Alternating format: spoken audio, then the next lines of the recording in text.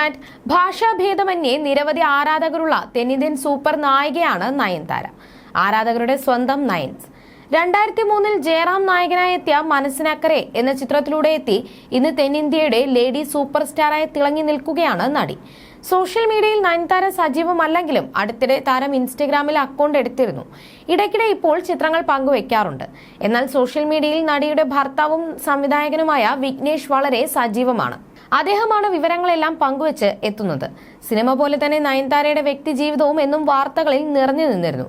വിവാഹം കഴിഞ്ഞ് 5 മാസം തികയും മുൻപാണ് തങ്ങൾ ഇരട്ടക്കുഞ്ഞുങ്ങളുടെ അച്ഛനമ്മമാരായ സന്തോഷ വാർത്ത താരദമ്പതികൾ പങ്കുവച്ചത്. വാടക ഗർഭധാരണം വഴിയാണ് നയൻതാര അമ്മയായത്.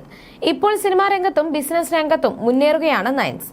എന്നാൽ ഇപ്പോഴിതാ പുറത്തുവരുന്ന റിപ്പോർട്ടുകൾ പ്രകാരം തമിഴകത്തെ താരറാണി പദത്തിൽ നിന്ന് 2ാം സ്ഥാനത്തേക്ക് പിന്തള്ളപ്പെട്ടിരിക്കുകയാണ് നയൻതാര. ഏപ്രിൽ മാസത്തിൽ മുന്നിൽ ഉണ്ടായിരുന്ന നയൻതാര മെയ് മാസം 2ാം സ്ഥാനത്തേക്ക് എത്തിയെന്നാണ് റിപ്പോർട്ടുകൾ. നടി തൃഷയാണ് മെയ്യിൽ നായികാ താരങ്ങളിൽ ഒന്നാമതെത്തിയത്.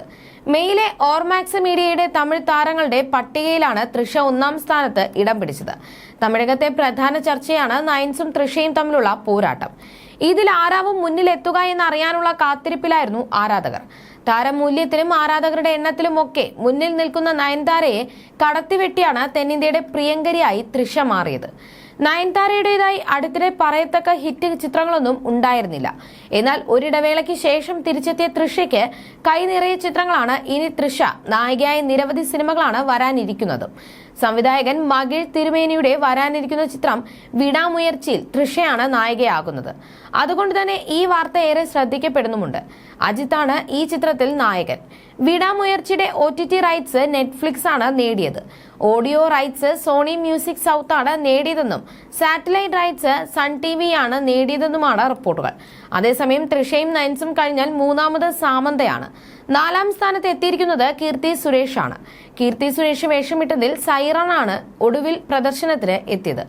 പോലീസ് വേഷത്തിലാണ് കീർത്തി ഈ ചിത്രത്തിൽ. കീർത്തി സുരേഷിന് പിന്നിൽ തമന്നയാണ്. 6ാം സ്ഥാനത്ത് പ്രിയങ്ക മോഹനാണ്. 7ാം സ്ഥാനത്ത് ജ്യോതികയ്ക്ക്. 8ാമത് സായി പല്ലവി എന്നാണ് റിപ്പോർട്ടുകൾ പറയുന്നത്.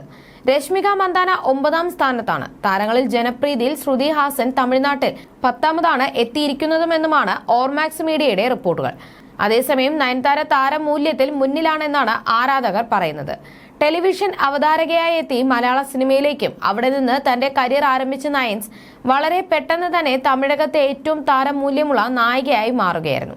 നയൻതാര ഇപ്പോൾ ഗ്ലാമറസ് വേഷങ്ങൾ ചെയ്യാറില്ല. പ്രൊമോഷൻ ഇവന്റുകളിൽ പങ്കെടുക്കാറില്ല. സാധാരണ വിവാഹം കഴിഞ്ഞാൽ മാർക്കറ്റ് നഷ്ടമാകുമെങ്കിലും നയൻതാരയുടെ താരമൂല്യത്തിന് കുറവ് വന്നിട്ടില്ല എന്നും ആരാധകർ ചൂണ്ടിക്കാട്ടുന്നു.